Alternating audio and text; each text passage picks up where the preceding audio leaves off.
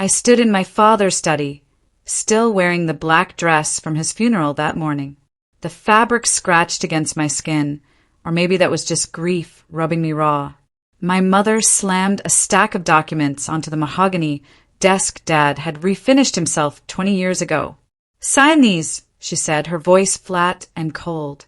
My brother Jules stood behind her, twirling a set of keys around his finger. Keys I recognized. They were to this house, my childhood home, the place Dad had promised would always be mine. "What are these?" I asked, reaching for the papers with shaking hands. My mother pulled them back. "Property transfer documents. The house is going to Jules. Your father would have wanted it this way." My throat closed. "Dad told me I'd inherit the house," he said. "Your father was sentimental," she interrupted. "I'm being practical. Jules needs it more." My brother grinned, already celebrating a victory I hadn't realized we were fighting for. "When did this happen?" I whispered. "The paperwork was filed yesterday," Mom replied. "You just need to sign the acknowledgement." Yesterday, while I was planning Dad's funeral, they were stealing my inheritance. "I'm not signing anything until I see Dad's actual will," I said, trying to keep my voice steady. My mother's expression hardened. She pulled out her phone and dialed on speaker. A man's voice answered. "Mrs. Beaumont, how can I help?"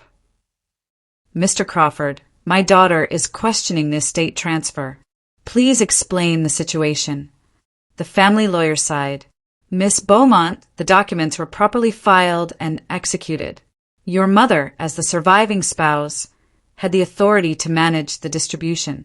Everything is legally binding." The room tilted. Legally binding. My father wasn't even cold yet, and they'd already erased me from his legacy.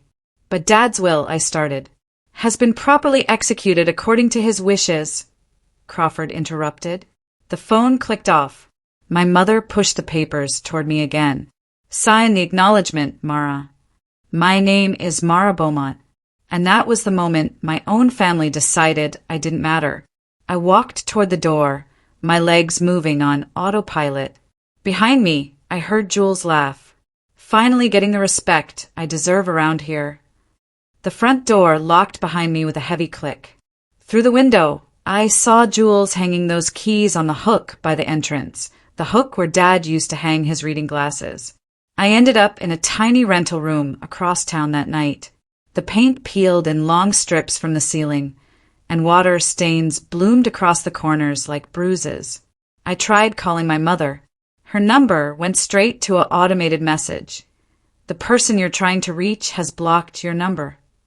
Blocked. By my own mother. I scrolled through social media, and there it was. Jules had already posted a photo. He stood in front of the house with his arms spread wide, caption reading, "Finally the man of the house. New beginnings." Comments flooded in. "Congratulations. You deserve it. About time." Nobody asked where I was. Nobody wondered why Dad's daughter wasn't mentioned in the celebration of his estate. I sat on the edge of the creaking bed and cried. Not because of the money or even the house itself, but because my father's memory had been rewritten in less than 24 hours. Everything he'd told me, every promise he'd made about taking care of me, had been erased like he'd never spoken the words at all. When I finally stopped crying, I found something in my dress pocket, a photo of Dad and me at my college graduation, his arm around my shoulders, both of us grinning. What had he really intended? Did he know this would happen? 2 weeks later, I received a message from my cousin Angela. "Family gathering at Uncle Frank's tomorrow. You weren't officially invited, but thought you should know." I showed up anyway, standing awkwardly in the backyard while relatives avoided eye contact. That's when I heard my Aunt Helena's voice drifting from the kitchen window. "Something isn't right about this whole inheritance situation," she whispered to someone. Her father told me specifically just 3 months ago that he was leaving the house to Mara. He said she was the responsible one, the one who'd take care of it properly. My blood went cold. "Are you sure?" another voice asked. "Absolutely certain." He showed me the document. It was all written out. Mara gets the house. Jules gets the investment accounts. He was very clear about keeping them separated because he knew Jules couldn't handle property management. I pressed closer to the window, my heart pounding. Then what happened? Aunt Helena sighed. I don't know, but Catherine has been awfully defensive whenever anyone brings it up. And that lawyer, Crawford? He's been friends with Catherine for years. I don't trust any of this. The original will. There was an original will that left me the house, and somehow it had disappeared. The next morning, I drove to the cemetery. Dad's grave still had fresh flowers, ones I'd left 2 days earlier. I sat on the grass beside the headstone and talked to him like I used to when he was alive. I don't know what to do, I whispered. Mom says you wanted Jules to have everything, but that doesn't sound like you. You always said I was the careful one, the planner. Why would you change your mind? Miss Beaumont. I jumped. An elderly man stood a few feet away, wearing a worn jacket and holding a small notebook. I'm sorry to startle you. I'm Thomas. I was your father's caretaker during his last months. I remembered him, quiet, kind, always making Dad laugh even when the cancer treatments made everything hurt. Thomas, hello. He held out the notebook. Your father asked me to give this to you if anything happened to him. I've been trying to reach you, but your mother said you'd moved away and didn't want to be contacted. My hands trembled as I took it. Dad's handwriting filled the pages, notes, thoughts, plans. And there, on page 12 in his careful script, Mara is the only one responsible enough for the house. Jules needs structure, not property. Make sure she understands how much I trust her. My vision blurred, but when I turned to the next page, I found only a jagged edge. The page had been torn out, violently. I drove straight to my mother's new apartment. She'd moved out of the house within a week, letting Jules have it entirely. She answered the door, looking annoyed. What do you want, Mara? I held up the notebook. Dad's caretaker gave me this. Dad wanted me to have the house. He wrote it down. So what happened to his real will? Her face went pale, then flushed with anger. Your father was sentimental and sick. He wasn't thinking clearly toward the end. He was thinking clearly enough to write this 3 months before he died. Where's the original will, Mom? She crossed her arms. Your father changed his mind in his final weeks. The will Crawford filed was the updated version. I don't believe you. The words came out stronger than I expected. My mother's eyes narrowed. Believe what you want. The legal system agrees with me, and that's all that matters. Your father was sentimental, Mara. Always making promises he couldn't keep. Always trying to protect you from reality. I corrected things. I did what needed to be done. My stomach dropped. You destroyed it. You destroyed Dad's original will. She didn't deny it. She just stepped back and closed the door in my face. Through the wood, I heard her say, Go home, Mara. There's nothing left to fight for. Jules threw a party at the house the following Saturday. I drove past on my way to work and saw cars lining the street, music blasting from the open windows. I parked across the street and watched. Jules stood on the front porch with a beer in hand, gesturing broadly to a group of friends. I'm thinking of flipping it for profit, he announced loudly. The property value in this neighborhood has gone up like crazy. I could make 6 figures easy. Flipping it. Dad's house. The place where he'd taught me to ride a bike in the driveway, where we'd spent Saturday mornings making pancakes, where he'd refinished every piece of wood trim by hand. Jules was going to gut it and sell it to strangers. One of his friends laughed. Your mom must be so proud, man. Finally got the golden child treatment you deserve. Golden child. That's what this was about. Not money or property or Dad's wishes. Just Mom's lifelong preference for her son over her daughter. I was about to drive away when I noticed something. A bank notice taped to the front gate, partially hidden behind an overgrown bush. I waited until the party moved inside, then walked closer. Foreclosure warning. Second notice. My mother's name at the top. She was drowning in debt. That's why she'd moved out so quickly. That's why she'd pushed everything to Jules. She was running from her own financial collapse. I worked 2 jobs just to keep my head above water. Mornings at a coffee shop, evenings doing data entry from my tiny apartment. I came home exhausted every night, collapsed into bed, and woke up to do it all again. 3 months in, I nearly fainted during my coffee shop shift. My coworker, Vanessa, caught me before I hit the floor.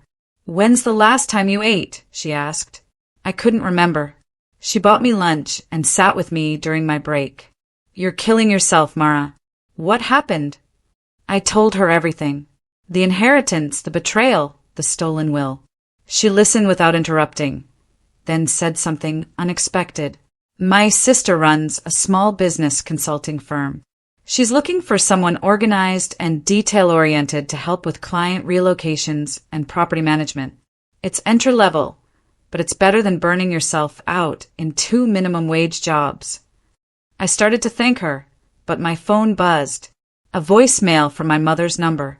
My stomach clenched as I listened. "Mara, I heard you've been asking family members questions about your father's estate.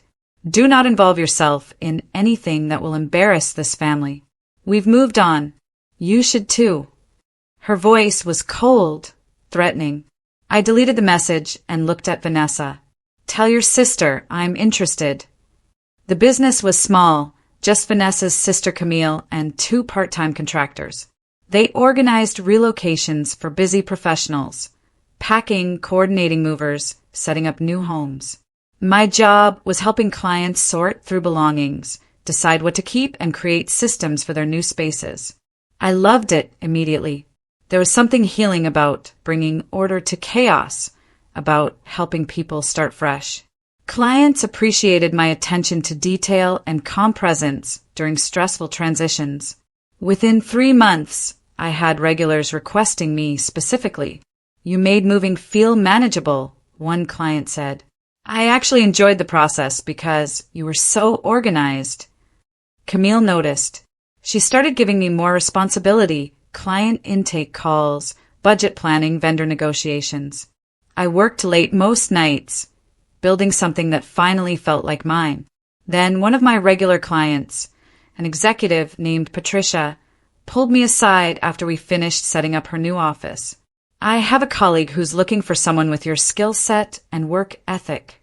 She owns a business development firm and specifically mentors women in entrepreneurship. Would you be interested in meeting her?" My heart raced. "Yes, absolutely yes." Patricia smiled.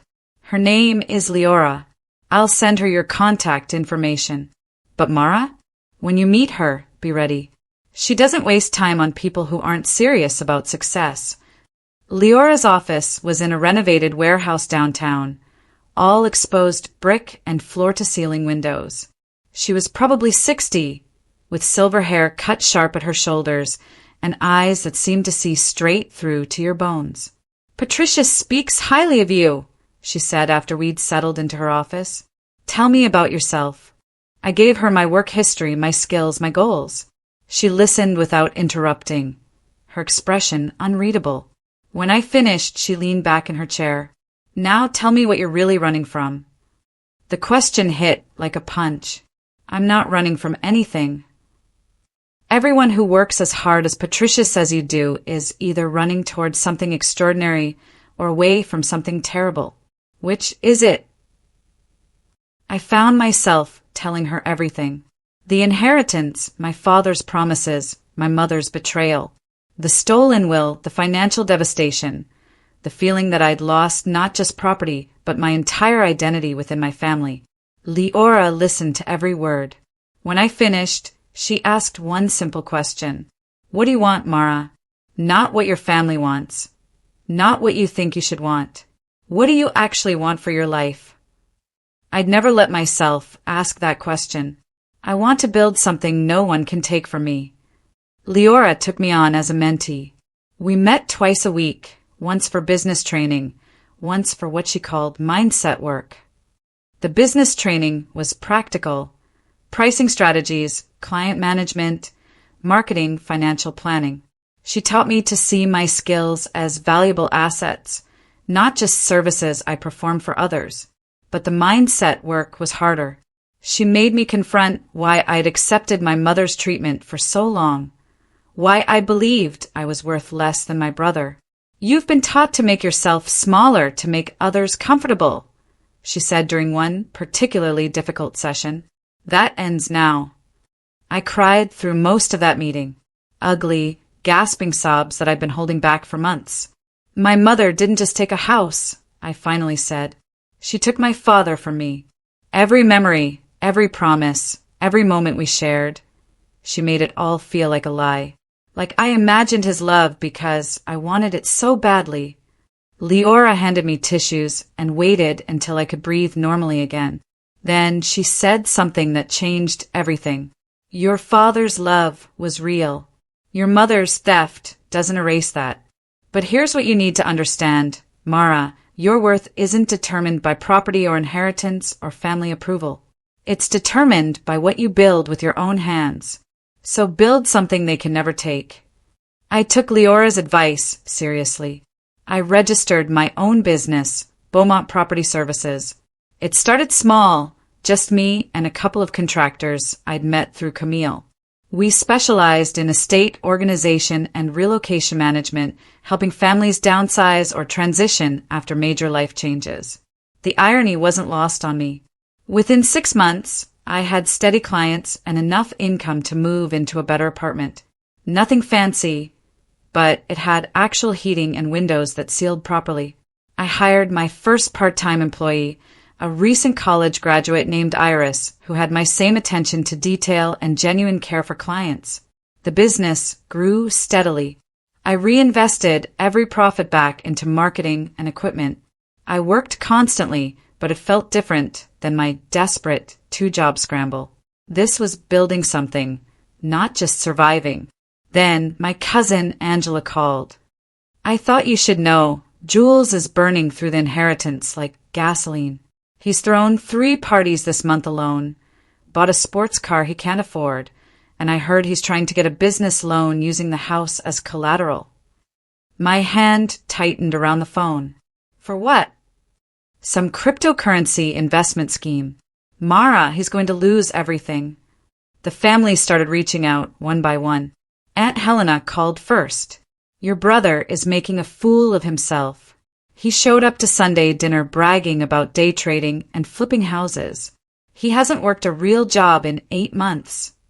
Then my cousin Warren texted.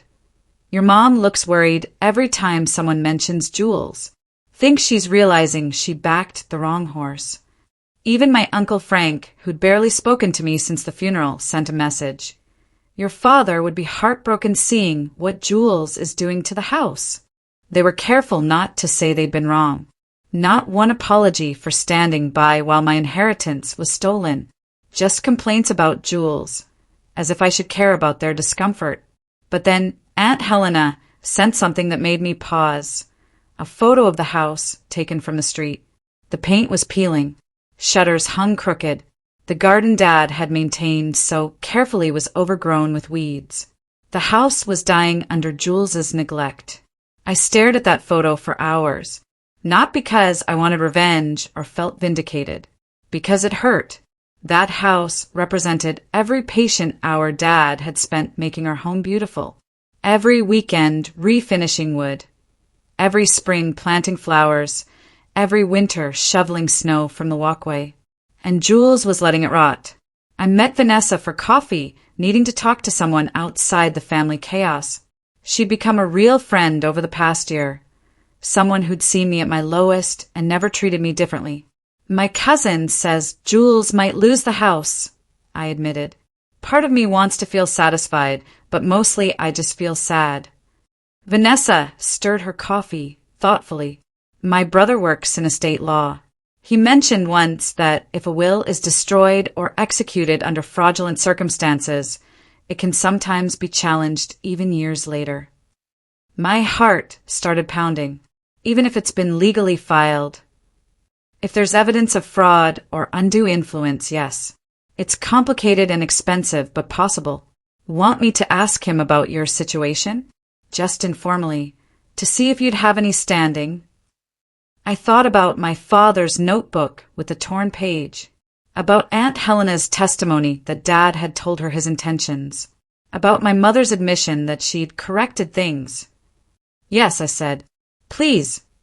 2 days later, Vanessa's brother, a lawyer named Xavier, called me. I've looked into situations similar to yours. If the original will was destroyed unlawfully and you have evidence of your father's actual intentions, you may still have a claim. Do you have any proof? I thought of the notebook. I might. Can I bring it to your office? Xavier examined the notebook carefully, especially the torn-out page. This is good. Your father's handwritten statement, clearly expressing his intentions. But this missing page, do you know what was on it? I think it was his actual will summary. The caretaker said Dad wanted me to have this notebook in case anything happened. Someone tore that page out. Xavier made notes. Who had access to this notebook? My mother would have during Dad's final days. She was the one who handled all his personal effects after he died. He nodded slowly. The torn page could be the key piece of evidence we need. If we could find it or find someone who saw it before it was torn out, we'd have a strong case for fraud. My phone buzzed with a text from Aunt Helena. Your mother has been asking family members if anyone has old documents from your father. She seems frantic about it. I showed Xavier the message. He leaned back in his chair. Interesting. If she's trying to collect and destroy evidence, that suggests she knows the original could surface. Mara, I need to ask, are you prepared for what challenging this will mean? Court battles, family warfare, possible years of litigation. I thought about my father's hands refinishing that banister. If there's a chance to honor what he actually wanted, yes. I'm ready. My mother showed up at my office 3 days later. I was in the middle of a client consultation when my assistant knocked on the door, looking shaken. Your mother is in the lobby demanding to see you immediately. I excused myself and found her pacing near the reception desk, her face flushed with anger. The moment she saw me, she grabbed my arm. We need to talk. Now. I pulled my arm free. I'm with a client. If you want to schedule an appointment, don't play professional with me, Mara. I know what you're doing. Stop digging into your father's estate. It's done. It's over. Let it go. Her voice shook, and for the first time, I saw something I'd never seen before: fear. My mother was scared. I'm just trying to understand what Dad actually wanted, I said calmly. You can't rewrite history. The courts agreed with me. The will was properly executed. Then you have nothing to worry about. She stepped closer, her voice dropping to a hiss. If you pursue this, you'll tear this family apart. Your brother will lose everything. I'll lose everything. Is that what you want? Before I could respond, something fell from her purse as she gestured, a piece of paper that fluttered to the floor. I picked it up automatically. It was a foreclosure notice. Final warning. She snatched it back, but not before I'd seen the amount owed. She was drowning. Jules appeared at my apartment door 3 weeks later, just before midnight. I almost didn't answer, but the banging was so loud I worried about my neighbors. He stood in the hallway looking distraught, red eyes, wrinkled clothes, the smell of alcohol radiating from him. I need money, he said without preamble. Jules, it's midnight. Go home. I can't go home. The bank is going to take the house. I made some bad investments, and now everything's falling apart. Mom won't help me. She says she's broke. You're my sister. You have to help. I felt nothing. No satisfaction, no vindication, not even pity. Just emptiness. I don't have money to give you, Jules. I'm building a business from scratch. Everything I have is invested in that. You're lying. Cousin Angela said your business is doing great. You've got employees and clients and a nice apartment. You can afford to help me. He tried to push past me into the apartment. I blocked the doorway. No, I can't help you, and even if I could, I wouldn't. You celebrated when Mom gave you my inheritance. You posted pictures, bragging about it. You've spent the last year acting like you deserved everything while I deserved nothing. So no, Jules. Figure it out yourself. His face twisted. It was never yours anyway. Dad wanted me to have it. You're just bitter because you weren't the favorite. I closed the door in his face and locked it. Through the door, I heard him kick the wall and scream, "This is why nobody likes you, Mara. You're selfish and cold," and I stopped listening. I made tea and sat by my window, watching the city lights, feeling strangely calm. The version of me who would have given in to his demands, who would have apologized for existing, was gone. The phone call came 2 days later from a number I didn't recognize. "Miss Beaumont, this is Victoria Brennan. I'm your father's former colleague. We worked together for almost 20 years. I vaguely remembered her from Dad's retirement party. "Hello, Mrs. Brennan. I heard you've been asking questions about your father's will. I have something that might matter to you." My pulse quickened. "What is it?" "Your father gave me a document about 5 years ago, right after his cancer diagnosis. He asked me to hold on to it, said if anything happened to him, I should make sure you received it. Your mother contacted me after his funeral and said you'd moved abroad and didn't want to be bothered with estate matters. I believed her." My hand started shaking. "What document?" "I'll email you a scan. But Mara, you should know. Your mother specifically told me never to give this to you. She said it would only upset you, that it was from when your father wasn't thinking clearly. I didn't question it at the time, but I've been feeling guilty ever since. The way she spoke about you didn't match the daughter your father always described." The email arrived while we were still on the phone. I opened the attachment, and there it was, the torn page from the notebook, preserved perfectly. In Dad's handwriting, last will and testament summary. Mara Beaumont receives the family home at 847 Maple Drive. Jules Beaumont receives investment accounts and cash assets. Reason: Mara has demonstrated responsibility and genuine care for family legacy. Jules needs liquid assets he can manage with professional guidance. The house requires someone who will maintain it properly. Xavier reviewed the document with barely contained excitement. "This is exactly what we need. Your father's handwritten summary, dated, signed, matching the torn page from the notebook. Combined with the caretaker's testimony and your aunt's statement about what your father told her, we have a solid case." He spread papers across his desk. "Here's what we're arguing. Your mother destroyed or concealed the original will and filed a fraudulent revised version. She had motive. She was in financial trouble and needed to consolidate assets under someone she could control. She had means. As surviving spouse, she had access to all your father's documents. And we have evidence of intent, her admission to you that she corrected things, and this document she actively tried to keep hidden." My stomach churned with nervous energy. "What happens now?" "We file a petition with the probate court to invalidate the current will and restore the original. It'll be expensive and potentially lengthy. Your mother will fight back, and your brother stands to lose everything he's been living on. This will get ugly, Mara." I thought about my father's hands, always working on the house. Refinishing, repairing, improving. Dad trusted me with his legacy. I owe it to him to make sure his real wishes are honored. Xavier nodded. "Then let's do this. Are you ready to take them to court?" I signed the papers without hesitation. "I'm ready." The court summons arrived at my mother's apartment on a Tuesday. I know because she called me 17 times in 1 hour. I didn't answer. Then Jules called, screaming into my voicemail about how I was destroying the family. I saved the message.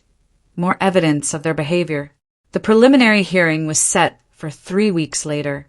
I dressed carefully that morning, professional but not aggressive. My goal wasn't vengeance. It was justice.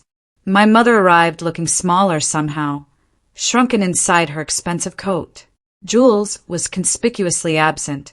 Xavier later learned he'd been too ashamed to show up. The judge, a stern woman in her 60s named Judge Kimura, reviewed the filed documents with careful attention. Mom's lawyer, still Crawford, still loyal to her, tried arguing statute of limitations. Xavier countered with evidence that we'd only recently discovered the fraud. Crawford claimed the handwritten summary wasn't legally binding. Xavier produced the notebook with a torn page that matched perfectly. Back and forth they went, technical arguments about estate law and fraud statutes. I sat quietly, watching my mother's face grow increasingly pale. Finally, Judge Kimura held up a hand for silence. The evidence presented raises serious questions about the validity of the executed will. I'm ordering a full investigation into the circumstances surrounding the original will's disappearance and the filing of the revised version. She looked directly at my mother. Mrs. Beaumont, if it's determined that you knowingly destroyed or concealed a valid will, you could face criminal charges in addition to civil penalties. My mother's lawyer requested an immediate recess.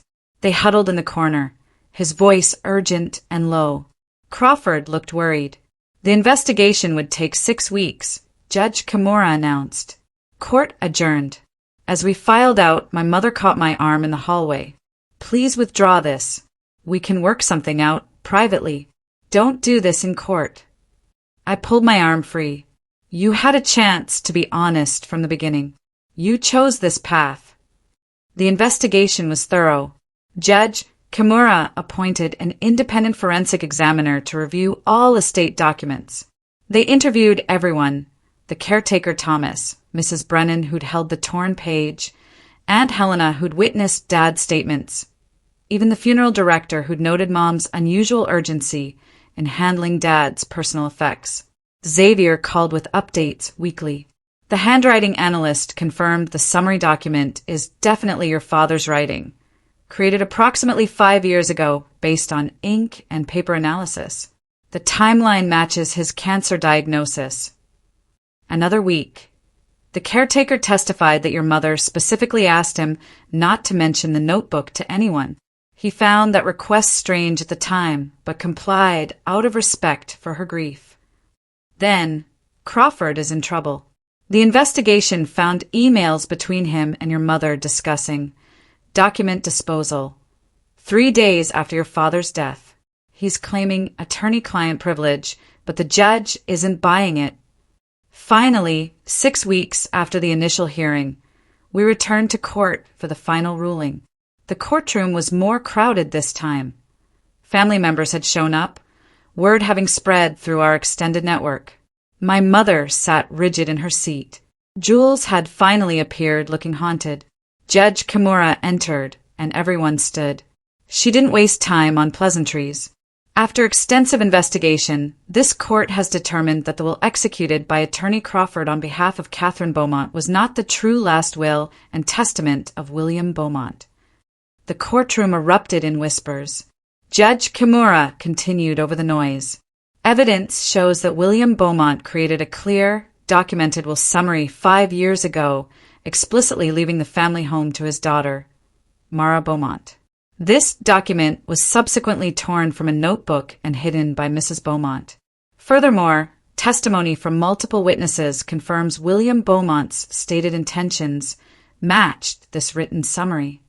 She looked at my mother with cold eyes. Mrs. Beaumont, you exploited your position as surviving spouse to destroy evidence and file a fraudulent will.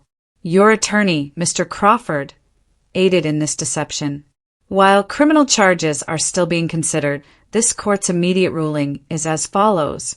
My mother gripped the edge of the table, knuckles white. The current will is invalidated in its entirety. The estate of William Beaumont is to be redistributed according to his documented intentions. Mara Beaumont is hereby declared the rightful owner of the property at 847 Maple Drive and all associated assets. Jules Beaumont receives the investment accounts as originally intended. Jules made a choking sound. My mother collapsed forward in her chair, face in her hands.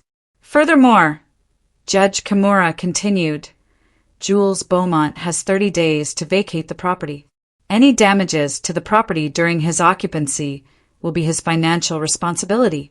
Mrs. Beaumont, you are ordered to return any estate items currently in your possession. The gavel came down. Court dismissed. I sat frozen as people filed out around me. Xavier touched my shoulder. Mara, you won. It's over. But I couldn't move. After 5 years of grief and anger and loss, I'd finally gotten justice. And all I felt was tired. The notification letter arrived stating I had possession of the house effective immediately. I drove to 847 Maple Drive on a Saturday morning, the same day of the week Dad and I used to make pancakes. The house looked worse up close than in Aunt Helena's photos. Paint peeled from the siding. The front steps were cracked. Dad's garden was completely overrun, but the bones were good. The structure Dad had reinforced, the foundation he'd waterproofed, the roof he'd replaced 10 years ago, all solid. I unlocked the front door with the keys the court had given me and stepped inside. The interior was chaos. Jules had left garbage everywhere. Pizza boxes, empty bottles, stained furniture. The walls had holes from poorly hung pictures. The kitchen cabinets hung crooked. I walked through each room, cataloging damage, making lists. Then I reached the staircase, the one with the banister Dad had spent 3 weekends refinishing. I ran my hand over the wood. Under layers of dust and neglect, his work remained. Smooth, careful, perfect. I climbed the stairs and entered what used to be my childhood room. Empty now except for dirt and memories. This was where Dad had read me bedtime stories, where he'd helped me with homework, where he'd told me I could be anything I wanted to be. I pulled out my phone and called a contractor I'd worked with through my business. I have a house that needs restoration, I said. When can you start? Monday soon enough? Perfect. I heard a car pull up outside Jules's car. I looked out the window and saw him and my mother standing at the gate, staring up at the house, at me. I walked downstairs and opened the front door. They stood on the walkway, neither stepping closer. My mother looked like she'd aged a decade in 6 weeks. Jules couldn't meet my eyes. Can we come in? Mom asked, her voice small. Why?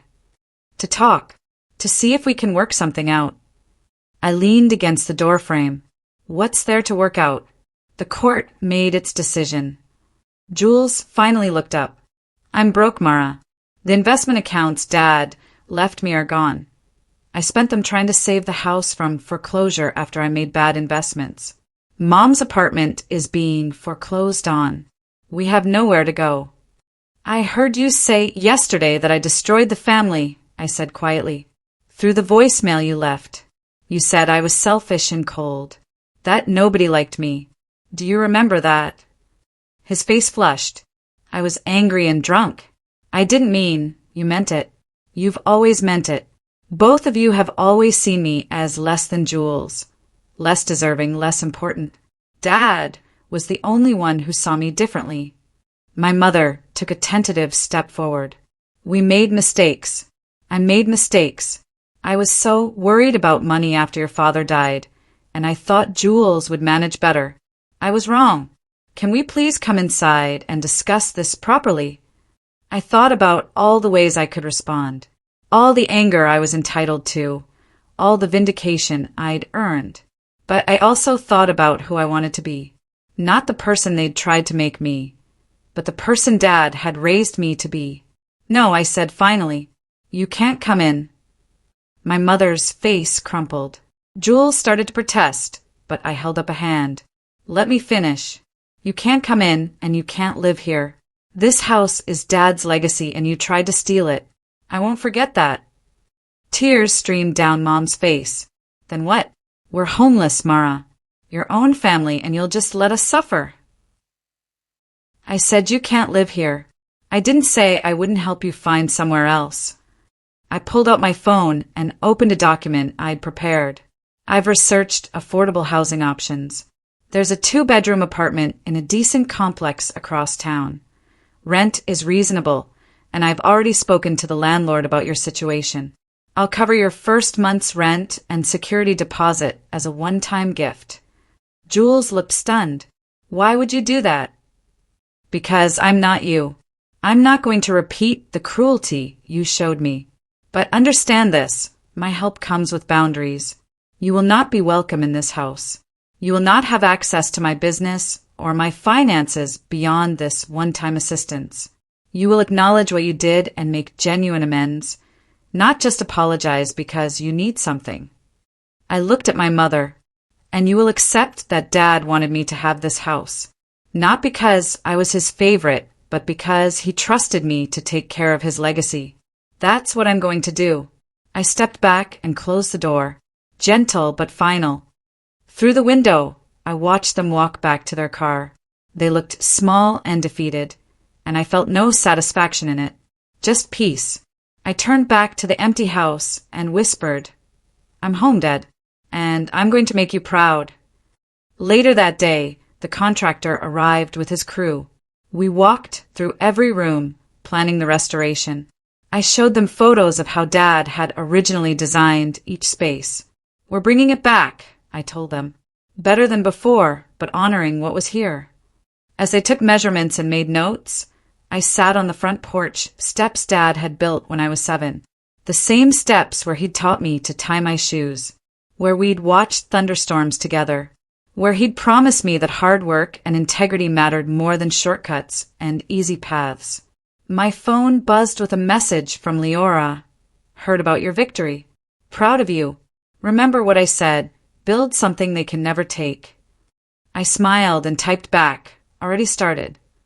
Over the next months, I restored every inch of the house, repaired the damage, honored Dad's original vision, added my own touches to make it both a memorial and a home. I didn't move in right away.